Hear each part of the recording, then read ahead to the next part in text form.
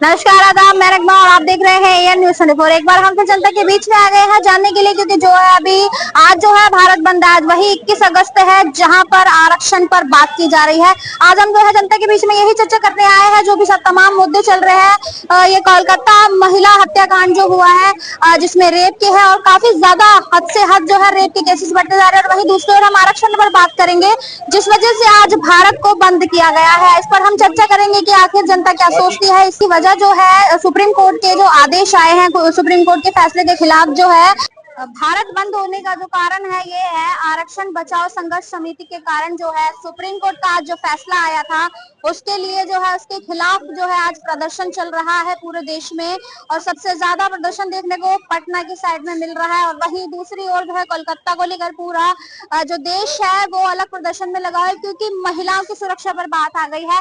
लगातार जो है महिलाओं की सुरक्षा पर बात आ रही है, क्योंकि किसी समय में एक कहा जाता था कि महिला बहुत सुरक्षित है भारत में, तो लगातार उनके रेप के केसेस आते जा रहे हैं। 6 साल से लेकर 70 साल की महिला सुरक्षित नहीं है। तो हम इन पर चर्चा करेंगे कि जो आसपास की महिलाएं हैं वो क्या सोचती है, वो क्या सोचती है रात में निकलते समय, और जो है इन सब तमाम मुद्दों पर हम चर्चा करेंगे। तो बने रहिए, हम जनता के बीच में चलते हैं, उनसे जानते हैं। चलिए हम चर्चा कर लेते हैं। क्या नाम है भाई साहब आपका? मेरा मोहम्मद वसीम। अच्छा, कहाँ से हैं? मैं यहाँ न्यू जाफराबाद से।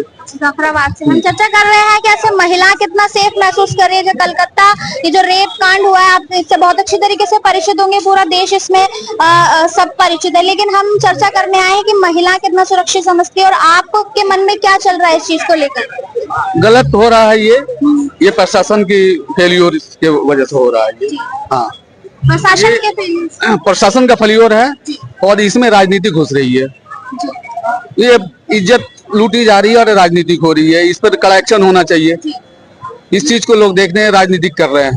हाँ, लगातार इस तरीके के मामले सामने आ रहे हैं। 6 साल से बच्चे से लेकर 70 साल तक की महिलाएं सेफ नहीं है। तो इसको कैसे देख रहे हैं? आपके घर की महिलाएं हैं, अगर घर से बाहर निकलती हैं, किसी टाइम पे कहा जाता था कि भारत में महिलाएं सेफ है, तो क्या ये सच है या गलत है?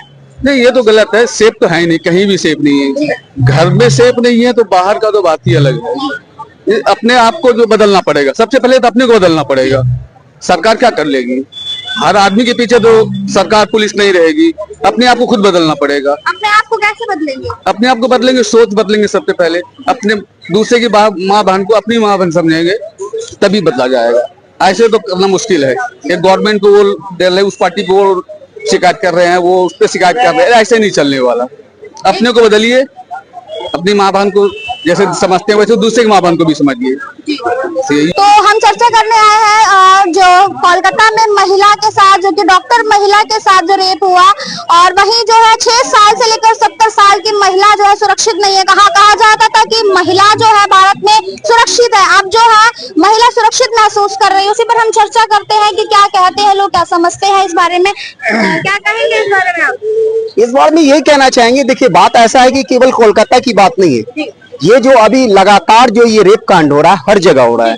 आप देख लो, बिहार में हो रहा है, यूपी में हुआ है, दिल्ली में हुआ है, मुंबई में हुआ है, और कहने का मतलब है कोलकाता में तो हुआ ही है। शुरुआत वहीं से हुई है, ये सही बात है। ये मैं नहीं कह रहा हूं कि नहीं हुआ है, लेकिन इस कदर से अगर बाय द वे कहने का मतलब है कि ये लगातार रेप कांड होना आए दिन फिर होता ही जा रहा है, तो इस चीज पे कहीं की भी सरकार हो, उस पर इस चीज पर गौर करना चाहिए। चाहे कोलकाता में ममता दीदी का सरकार है तो उनको इस चीज पे गौर करना चाहिए, दिल्ली में केजरीवाल का सरकार है तो इनको इस चीज पे गौर करना चाहिए, यूपी में योगी जी का सरकार है तो उनको इस चीज पर गौर करना चाहिए, बिहार में नीतीश कुमार की सरकार है तो इनको इस चीज पर गौर करना चाहिए, और कोशिश करें कि ये चीज को कंट्रोल करें।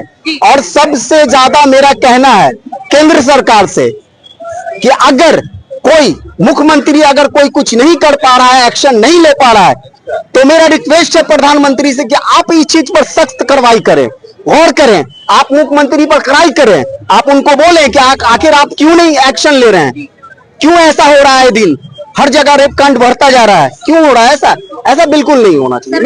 सरकारें तो काफी दावा करती थी कि महिला जो है भारत में बहुत सुरक्षित है, रात में 12 बजे भी ज्वेलरियां पहन के जा सकती है। वही तो बात है। मेरा भी कहना है कि हमारे देश के प्रधानमंत्री जी कहते हैं कि आजादी मनाओ। आप ये बताइए कि हम कैसे आजादी मना लें? हमारे घर की माँ बहन सुरक्षित नहीं है, हाँ, और हम आजादी मना ले? कैसे आजादी मना लेंगे, ये तो बताया जाए हमें। जिस कदर हिंदुस्तान के अंदर इस तरीके से जो कांड हो रही है, अभी कोई मुद्दा नहीं है इलेक्शन के बारे में बात करने का। अगर हमसे कोई कहता है कि हरियाणा के इलेक्शन के लेके बात करो, तो मैं नहीं करूंगा। जब तक ये रेप कांड कम ना हो जाए, बंद ना हो जाए, तब तक मैं इसी पे बात करूंगा। क्योंकि हमें राजनीतिक नहीं करनी है, हमें सच्चाई बोलना है, लेकिन फिर भी जनता इसको को सच्चाई राजनीति दिखाना है।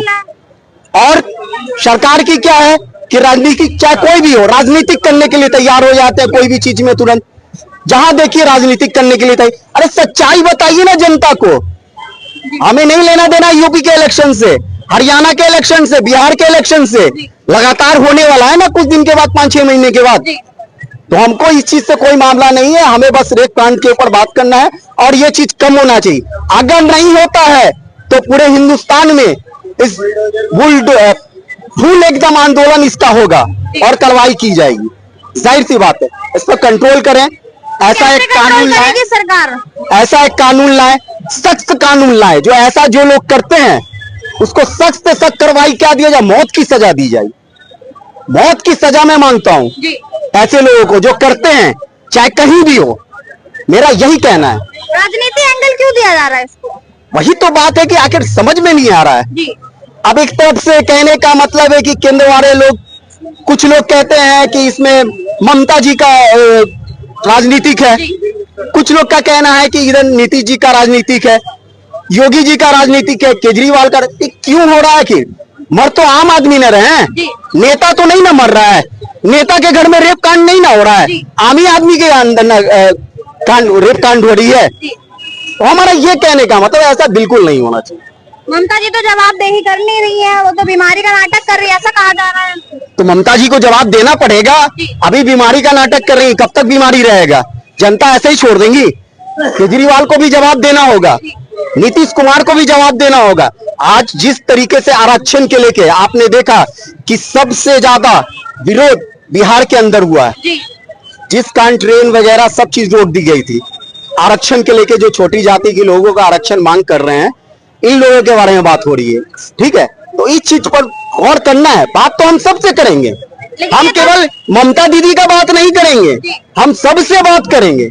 मैं तो कह रहा हूं, आप बार बार एक ही मुद्दा उठाओगे, ममता दीदी ममता दीदी ममता दीदी, ऐसा नहीं है। मैं सबके बारे में बात करूंगा। लेकिन सुप्रीम कोर्ट ने तो आदेश दे दिया है, इसके खिलाफ कैसे जा सकते हैं? सुप्रीम कोर्ट ने आदेश दे दिया है, ठीक है। अब क्या कहें हम? सुप्रीम कोर्ट को भी क्या कहेंगे? कुछ नहीं कह सकते हैं। हमें तो तकलीफ इस बात का है कि हमारे देश के अंदर मानते हैं कि हमारे घर में ऐसा कुछ नहीं हुआ। क्या इनकी माँ बहन है तो क्या मेरी माँ बहन नहीं है ना?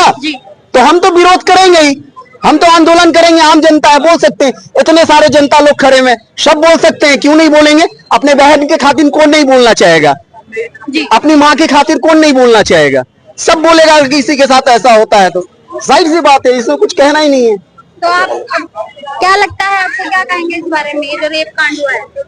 रेप कांड देखिए, किसी के भी समुदाय के साथ हो, कोई भी हो, सबकी बहन बेटी बराबर, चाहे उसमें मेरी बहन बेटी हो, चाहे किसी और की हो, चाहे किसी कोई। लेकिन इस पे थोड़ी सी बात यह आएगी कि ममता बनर्जी ने दूसरे रेप केस पर एक्शन लिया कि 15 दिन में मुझे रिपोर्ट चाहिए, वो उन्होंने अच्छा किया, लेकिन पहले वाले पे क्यों नहीं किया? इस पे भी सवालिया निशान उठता है ना, पहले वाले पे क्यों नहीं किया? और अब 15 घंटे के बाद उसकी FIR लॉन्च हो रही है, इतना समय क्यों लगा? और जिस डॉक्टर ने ये किया उसकी क्या बैक प्रोफाइल चेक नहीं करी थी? है ना, जिसको भी आप ऐसे अपॉइंट कर रहे हैं उसका पूरा प्रोफाइल चेक किया जाता है, ऐसे कैसे कर दिया? और सबसे बड़ी बात मैं दोबारा ये कहूंगा कि ममता दीदी ने सेकंड रेप केस पे ही एक्शन क्यों लिया, उससे पहले वाले पे क्यों नहीं लिया? उसको कितना समय हो गया? मैं ये नहीं, उससे पहले वाले पे क्यों नहीं लिया होगा, क्या हो सकता है?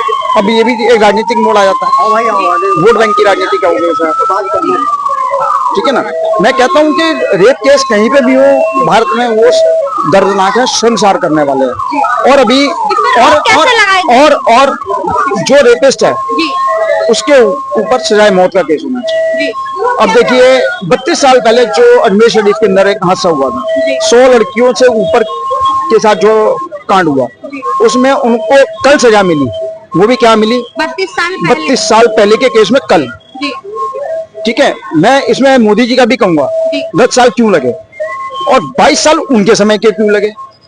जी ठीक है ना, तो और क्या सजा मिली, उम्र कैद। उम्र कैद होती है 14 साल। 14 साल कैसे काउंट होते हैं, दिन रात करके 7 साल रह जाते हैं। ठीक है, और 5 लाख रुपए जुर्माना कोई भी भर देगा। उनको सजाए मौत क्यों नहीं दी। और जो निर्भया वाले कांड के अंदर इतना समय क्यों लगा था, जबकि सब कुछ एविडेंस थे, सारी फुटेज थी, इतना समय क्यों लगा था। वो फास्ट ट्रैक कोर्ट उस समय भी चल सकती थी। और वकील उन लड़कों का कहता है कि उनकी माँ बाप को मैं 23 चप्पलें घिसवा दूंगा, लेकिन केस नहीं जीत पाएगा। मतलब उस लड़की का भविष्य नहीं देखा। और लोग, आज मैं एक व्यक्ति बात कर रहे थे कि उनके 32 साल बर्बाद हो गए लड़कों के। क्या रीजन है जो इतने केस बढ़ते जा रहे हैं? एक बात बताइए, वो कहते हैं कि 32 साल उन लड़कों के बर्बाद हो गए, 7 साल और हो जाएंगे। अबे भैया, उन परिवारों से पूछो ना जिनकी इज्जत गई, जिनकी बेटियां गई। मतलब उनके 32 साल दिख रहे हैं, उनके परिवार की इज्जत नहीं दिख रही। उस एक बेटी के साथ हुआ, उसके बाद उसकी और कितनी बहनें थी, उनकी बहनों के नाम भी बदनाम हुए। और ये सबके साथ होता है, ये नहीं होना चाहिए ना। जो है इनके इतने हौसले कैसे बुलंद हैं, क्योंकि इनको सख्त एक्शन नहीं होता। ये कानून बनना चाहिए। और ये पहले क्यों नहीं बना अभी? लगता है किस तरीके का कानून आना चाहिए? सजाए मौत, कोई एविडेंस नहीं, कोई कुछ नहीं। एक बात बताइए, थोड़ा सा मैं लीक से हट के बात करूंगा, रेप से हट के। कसाब को फांसी हुई, फांसी कोर्ट उस समय भी चली। उससे पहले क्यों नहीं चली? उसके लिए कोर्ट से लेके और जेल तक सुरंग बनवा दी, करोड़ों रुपए लगा दिए, जबकि वो तो आतंकवादी था। आतंकवादी के लिए तुम इतनी सपोर्ट कर रहे हो। और ये तो देश की बेटियों के साथ हाल है। देश की राजनीति कहाँ जाएगी? लेकिन ये जो रेपिस्ट लोग कहते हैं कि इसको राजनीतिक मुद्दा बनाते हैं, लेकिन ये राजनीतिक मुद्दा बनाने का मौका देता कौन है?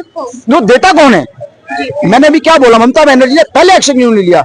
मैं कहता हूँ इस पे लिया, बहुत बढ़िया करा, मैं उनका विरोध नहीं कर रहा, लेकिन पहले वाले पे क्यों नहीं लिया? लेकिन अभी जो है ये देखा जा रहा है, जो रेपिस्ट है उसका लिंक कहीं ना कहीं जोड़ा जा रहा है ममता जी के साइड से। मैं वही कह रहा हूँ ना, वो कहती है 15 दिन में मेरे को रिपोर्ट चाहिए, 15 दिन में रिपोर्ट चाहिए, उनकी तबीयत खराब हो जाती है, कोई एक्शन नहीं हो रहा। अच्छा, आज जो है भारत बंद है, आरक्षण की वजह से जो है सब प्रोटेस्ट कर रहे हैं, तो इस पर क्या कहेंगे? इससे क्या सोचते हैं SC ST OBC के लिए? देखिए, आरक्षण किस चीज के लिए मिलना चाहिए? क्यों SC ST की बात की जा रही है? क्यों? एक आरक्षण तो खत्म ही हो जाना चाहिए। एक बात बताइए, मैं सामान्य वर्ग से आता हूँ, ठीक है, मैं पढ़ा लिखा हूँ, या कोई भी है पढ़ा लिखा है, उसको नौकरी नहीं मिलेगी, 12वीं पास वाले को मिल जाएगी, आरक्षण के बल पे मिलेगी ना। एक IAS PCS भी उनके तलवे चाटेगा, क्यों? हमारे यहाँ तो राजनीति में इलेक्शन भी उसको लड़ना चाहिए जो पढ़ा लिखा है। IAS PCS उनके जूते चप्पल उठाएंगे, उनके पैर छुएंगे, नेता होंगे जो जिनको अंगूठा टेक है। लेकिन इलेक्शन भी पिछड़ी जाति किस बात के लिए? कमा नहीं रहे वो, और आज हम लोगों से ज्यादा वो अच्छे कमा रहे हैं। मेरे को उनके कमाने पे, मेरे को उनके, ये बोलना चाहता हूँ, मुझे उनके कमाने से रोष नहीं है। एक मिनट, SC कोटे में जैसे कह रहे हैं क्रीमी लेयर होना चाहिए, जैसे DCP बन गए, उनकी फैमिली को देखिए, ऊपर का स्तर ही SC कोटे में और OBC में ऊपर का लेवल ही मलाई खाते जा रहा है, नीचे का तो झंडा और डंडा लेने के लिए है। जैसे मैं मैं हिंदू हूँ, मैं ओम नमः शिवाय कांवड़ लेके चलने के लिए मैं हूँ, अमित शाह का लड़का क्या लेने के लिए है? बाहर विदेशों में जमीन लेने के लिए है, विदेशों में इन नेताओं के पैसे पढ़ने के लिए है। मतलब हम लोग हिंदू होकर कांवड़ उठाए, जय भोले जय शंकर करने के लिए, ये लोग अपने बच्चों को विदेश में पढ़ाने के लिए। जी, इस पर क्या कहेंगे? जी बिल्कुल गलत है। और देखिए, एक छोटी सी इन भाई साहब, हाँ बिल्कुल होना चाहिए। एक बात बताइए, इन भाई साहब की बात अच्छी लगी मेरे को, लेकिन जो बंदा इतना कैपेबल है, जिसकी इतनी सामर्थ्य है, वो अपने बच्चे को कहीं भी पढ़ा सकता है। मैं उसमें चाहे नीची जाति का हो, मैं उनका भी विरोध नहीं करूंगा, उनका पैसा है ना, पढ़ा रहे हैं। लेकिन एक तरीके से संविधान से छेड़छाड़ भी तो है। क्या संविधान से छेड़छाड़ भी? आरक्षण खत्म करना। तो इससे पहले इंदिरा गांधी ने कितनी बार किए थे, उस टाइम छेड़छाड़ नहीं हुई थी। या अभी थोड़ा बहुत जो कर रहे हैं या ज्यादा कर रहे हैं, अभी पेट में दर्द हो रहा है सबके। उससे पहले इंदिरा गांधी के समय में भी हुआ था ना, कितनी बार हुआ था?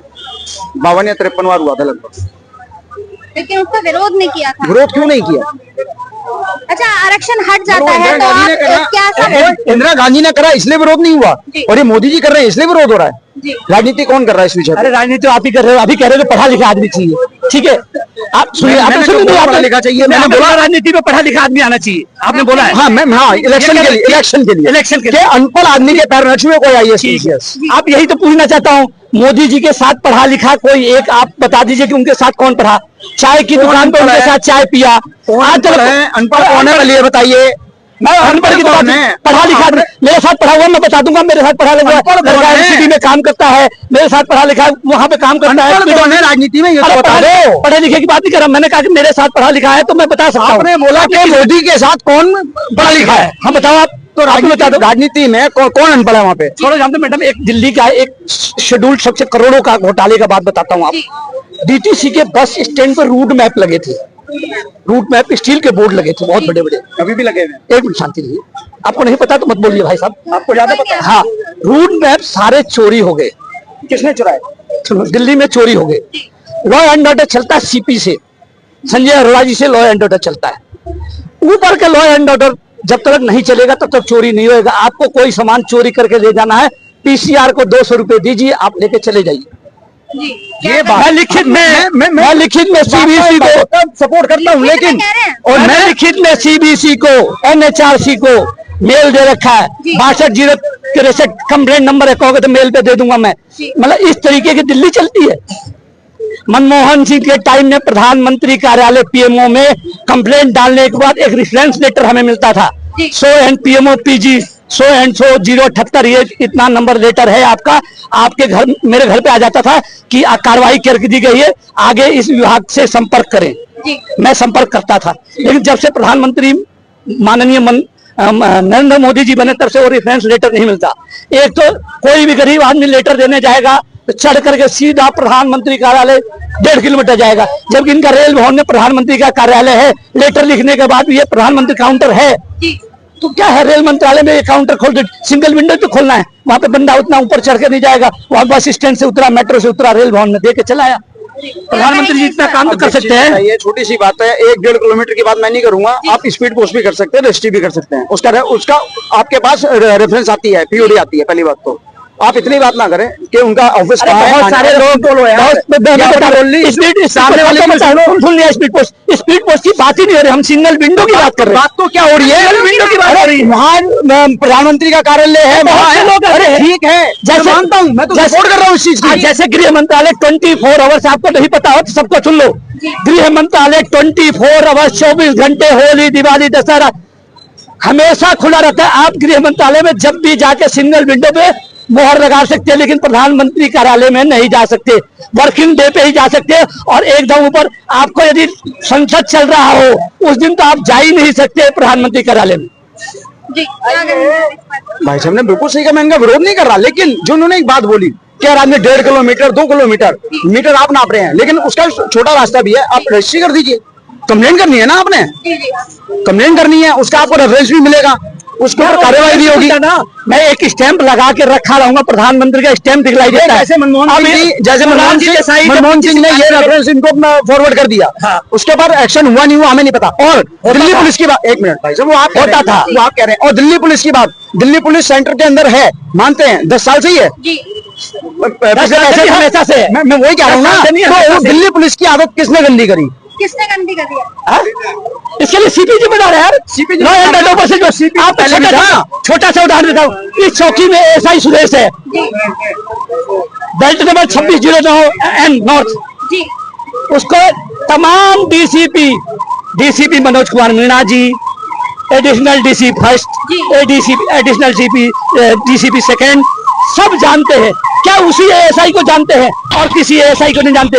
उसको चौकी के अलावा कहीं लाइन हाजिर 15 दिन के लिए, मेरी कंप्लेंट में जब ये मन्नू चौकी में था तो 15 दिन के लिए इसको लाइन हाजिर करा गया था, उसको हटाया नहीं जाता। क्यों नहीं हटाया जाता?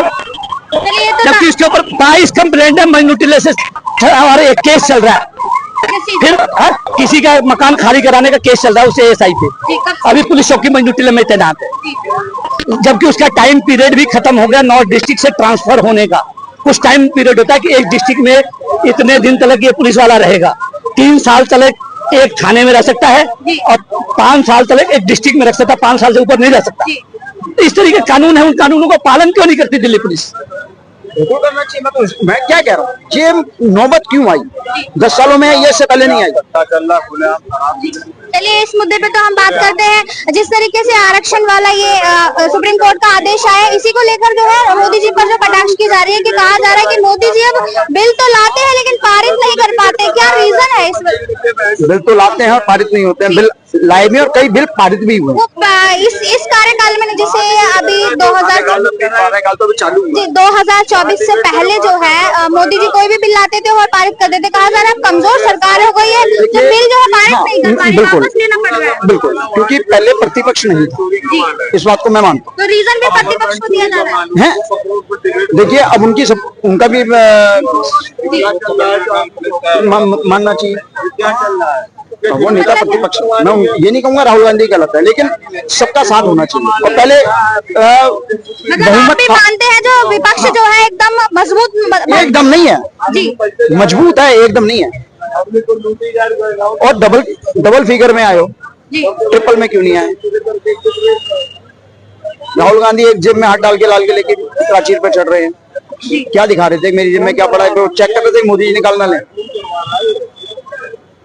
या जेब फटी हुई थी? प्रतिपक्ष को देखिए ना क्या इज्जत दी गई है। हाँ, एक बात बताइए, पहले विजेताओं को आगे भेजा, सीट मिलती है। विजेता हमारा देश का गौरव है, ठीक है ना? प्रतिपक्ष को कैबिनेट का दर्जा दिया तो जाता है। कोई बात नहीं, क्या हो गया? 3 सीट पीछे बैठे ना, क्या दिक्कत है? 5वीं रो में बैठे थे तो क्या हो गया? प्रतिपक्ष है वो। सीट तो मिली ना, उनकी सीट हटाई तो नहीं गई। लेकिन फिर भी उनकी छवि जो अच्छी दिखाई जा रही। कहा यह जा रहा था कि राहुल गांधी जी को दिखाना नहीं था, लेकिन फिर भी नजर जो थी राहुल गांधी जी पर ही बनी किसने हुई। कहा कि राहुल गांधी जी को दिखाना नहीं था? मोदी जी ने कहा कि इनको मत दिखाओ। मोदी ने कहा कि इनको मत दिखाओ। तो आपका मतलब ये है कि आरक्षण खत्म होना चाहिए? बिल्कुल खत्म होना चाहिए। क्या दिक्कत? क्यों होना चाहिए? अच्छा, क्यों नहीं होना चाहिए भाई? साहब हाथ कैसे करके बात, जिसके पास अगर स्किल है, स्किल के लेवल पे होना चाहिए ना। अगर गवर्नमेंट किसी जो कॉलेज एडमिशन देना चाहती है, मुझे कोई कहीं पे करना चाहिए। पहले मेरी पूरी बात सुनिए, उसके बाद बोलिएगा। अगर गवर्नमेंट आगे बढ़ाना चाहिए, किसी चीज को करना चाहती है, अगर दे रही आरक्षण में कोई एतराज नहीं है, लेकिन उस पक्ष में देना कि स्किल लोगों को भी आगे बढ़ाए। स्किल होते हुए, नंबर आते हुए कॉलेजों में एडमिशन नहीं होते। आजकल क्या होता है, मेरे दोस्त है एक 598 मार्क्स आए हैं उसके एडमिशन नहीं हुए। 482 आ रहे हैं, 460 आ रहे हैं। ओबीसी जनरल है, ओबीसी हटाए नहीं जा रहा, सिर्फ काट छाट की जा रही है। काट छाट करने से क्या फायदा? आरक्षण 2-4 को हटाओगे, जब देश आजाद हुआ था, फालतू के कुछ नहीं होते। जब देश आजाद हुआ था, संविधान बना था, तो जो लोग पहले से इनके पास बहुत धन था, उनके बच्चे तो कहीं पढ़ सकते, वो कहीं भी पढ़ा सकते हैं। जो गरीब लोग हैं और निम्न स्तर के लोग हैं, वो नहीं पढ़ पाते। तो बाबा साहेब ने संविधान में एक मतलब अनुच्छेद में बनाया, कानून बनाया कि जो भी गरीब लोग हैं वो मतलब उनको शिक्षा फ्री दी जाएगी, एजुकेशन फ्री, ठीक है? और हो रहा भी हो रहा है भाई। शुरू के 10 साल भाई, सुनो मेरी बात सुनो। आज के डेट में कोई भी एससी हो, एसटी हो, ओबीसी हो, वो आगे बढ़ता है ना। वो क्या करता है, 1 साल बंदा नौकरी नहीं करता, लेकिन एक दिखा देता है कि मेरे पास नहीं है, मेरे पास है ही नहीं। सरकारी नौकरी में बंदा आगे बढ़ जाता है, बीपीएल कार्ड बनवा लेता है, बुलेट पे जाता है, राशन उठा के लेके चला आता है। बीपीएल कार्ड नहीं ऐसा नहीं होता, गाड़ियों में जाता है। जांच करनी चाहिए ना। ऐसा कुछ नहीं होता है, ऐसा नहीं बनता भाई। ऐसा होता है भाई, ऐसा होता है भाई। मैडम जब मुझे कोई, मैं ऐसा होता है। ओबीसी में आता हूँ, याद हूँ, मुझे कोई इस चीज से मतलब नहीं है। मैं ओबीसी में खुद आता हूँ, लेकिन सर्टिफिकेट नहीं बनवाया, मुझे नहीं चाहिए। एजुकेशन के लेवल में चाहिए। अगर मैं कर सकता हूँ, कैपेबल हूँ, तो कर लूंगा। सर्टिफिकेट से कुछ नहीं होता। 2, 4, 5 नंबरों के बेसिस पे ना ऐसा कुछ नहीं होना। ये सब चीजें बंद होनी चाहिए। सबसे बड़ी बात है कि तुम तो रिजर्वेशन ही बंद कर दो, बंद कर दो पूरी तरह से। सबसे बड़ी बात है, समर्थन में है, बिल्कुल बंद कर दो रिजर्वेशन। जो बच्चा बनाया भी था शुरू के 10 सालों के लिए ना, मैं पढ़ भी रहा हूँ, आने वाले सरकारों ने ना अपने फायदे के लिए ना 10 साल से 20 साल आगे इम्प्लीमेंट करते रहे, आगे बढ़ाते रहे, और ऐसा ही होता रहेगा। आज के डेट में कुछ नहीं होगा। सुनो भाई, सुन कुछ नहीं होगा। मैडम, मैं गलगोटिया यूनिवर्सिटी से बीसीए कर रहा हूँ, ठीक है? मेरे पास पैसा है, कर रहा हूँ। गवर्नमेंट है प्राइवेट है? वो प्राइवेट, सुन प्राइवेट है ना, बात सुन मेरी। प्राइवेट है ना, तो मेरे पास पैसा है, मैं कर रहा हूँ। मेरे पास पैसा है, मैं कर रहा हूँ। मान लो मेरे बच्चे के पास पैसा नहीं है, वो कहाँ जाएगा बेचारा? बात तो यही हो रही है, बात तो यही हो रही है। गरीब को दो ना यार, गरीब को मिल रहा है भाई, गरीब को मिल रहा है। SC की बात कहाँ से आ जाती है? गरीब की बात होती है वो। गरीब उसमें जनरल भी हो सकता है, गरीब उसमें एक स्टेट में जाता है, गरीब उसमें जनरल भी हो सकता है, लेकिन अगले स्टेट में जाते ही वो जनरल में आ जाता है, ओबीसी में जाता है। ऐसे कैसे हो जाता है? ऐसे कैसे इसे पता होना चाहिए। बिहार में चले जाइए, बिहार में चले जाइए, बिहार में किसी गांव में चले जाइए, जनरल कैटेगरी के लोग आज भी बिल्कुल चूल्हे पे खाना खाते हैं, वहीं पे मैं SC ST और OBC जो कास्ट है आपकी, जिसको आरक्षण मिला हुआ है, तो वही आज भी वो जाते हैं राशन भर भर के फ्री में लेके आते हैं। दिल्ली में केजरीवाल सबको फ्री देती है, लेकिन OBC SC ST इन्हें स्कूल से पैसा क्यों देती है? आपने कभी नोटिस करा? जनरल को नहीं मिलता। ठीक है मेरी बात है ना, ठीक भी है। सेंट्रल यूनिवर्सिटी में जाओगे स्टेट का सर्टिफिकेट चलेगा नहीं, सेंट्रल का जाओगे कहेंगे 1983 का रिकॉर्ड दो, ये दो वो दो, इसके चक्करों में नहीं दोगे। दलाल को 7-8 रुपए दो, सर्टिफिकेट बनवाओ, पता चला साल भर होता है, जैसे चेंज करवाने रिन्यू करवाने जाओगे रिन्यू होगा नहीं, दलालों को पैसा अलग दे, सर्टिफिकेट बनवाओ, सर्टिफिकेट बनते नहीं है। गवर्नमेंट तो कहती है कि हाँ डोर टू डोर स्टेप है, सर्टिफिकेट बन रहे, कुछ नहीं बन रही है। सर्टिफिकेट बन रहा है तो हो नहीं रहा, हो रहा है तो दलाली है तो पैसे दो, पैसे है तो करप्शन। अरे इधर आओ भाई, इधर आरक्षण से एक फायदा बता दो आपको क्या है? भाई मैं आपको बता रहा हूँ, जी बताइए आप। मुझे मतलब है ये मुझे कोई मिलता है, ठीक है, सपोर्ट क्यों है यार, है नहीं तो गरीब बेचारे गरीब है, उनको मिलना चाहिए। बात करो ना, जो गरीब है उन्हें मिलना चाहिए, मिलना चाहिए। एक फायदा आरक्षण से बता दो। जो बंदा नहीं पढ़ सकता है, जो बंदा नहीं पढ़ सकता, वो न्यूज ट्यूब पढ़ रहा है, उसकी फ्री पढ़ा तो उससे और क्या फायदा होगा? हम भी तो यही कह रहे हैं, बस गरीब को मिले, SC ST को ना मिले। तो अब ये अब कराओ ना, ये जांच कराओ ना, ये कैसे पता चलेगा कि वो गरीब है SC ST है? ये जांच कराओ ना कि कौन गरीब है कौन अमीर है। SC ST का तो जब कास्ट लिखी जाती है सबको पता लग जाता है कौन है ना, नाम की आगे कास्ट आती है ना, यादव है या ब्राह्मण है, वो तो वहीं से क्लियर हो जाता है। पैरामीटर जो है SC ST में क्यों नहीं इस्तेमाल किया गवर्नमेंट ने? गवर्नमेंट क्यों करेगी? गवर्नमेंट को अपना फायदा चाहिए, सीधी सी बात है। कोई चीज लोकसभा के चुनाव में भी चले जाओगे, कुछ सीटें जो होती हैं वो क्या कर देते हैं, महिलाओं के लिए कर देते हैं, 33% का जैसा चल रहा है अभी के टाइम का। कुछ होते हैं SC के लिए कर दिया, कुछ के SC के लिए कर दिया, जनरल के लिए क्यों नहीं करते कि एक सीटों पे केवल जनरल ही करेगा पार्टिसिपेट? ऐसे क्यों नहीं होता? होना चाहिए ना उसके हिसाब से। चलिए, हमने ये चर्चा की है, ये जो अभी आज भारत जो है बंद है आरक्षण के, जिस तरीके से SC ST का जो आरक्षण है इसके ऊपर चर्चा की। इस वजह से जो है सुप्रीम कोर्ट का आदेश आया था, और जो ये जो SC ST है ये प्रदर्शन कर रहे हैं, ये इसको नकार रहे हैं और साफ ये सुप्रीम कोर्ट के खिलाफ जा रहे हैं। तो इनका मानना है कि आरक्षण नहीं हटना चाहिए, और कुछ लोग जो है इसके समर्थन में, उनका कहना है कि जो है ऐसा देखा जाता है कि ज्यादातर लोग जनरल में गरीब है और उनको जॉब की प्रॉब्लम हो जाती है इस वजह से, तो इसलिए वो कह रहे हैं कि हम इनके समर्थन में है और आरक्षण खत्म होना चाहिए। तो हमने ये चर्चा की, वही कोलकाता ये जो रेप केस हुआ है इस पर चर्चा की है, लोगों की क्या प्रतिक्रिया थी आपने सुन ही लिया, और ऐसी तमाम जो है चर्चाएं हम करते रहेंगे। उसके लिए अब देखते रहिए AN News 24, सच दिखाने की जिद।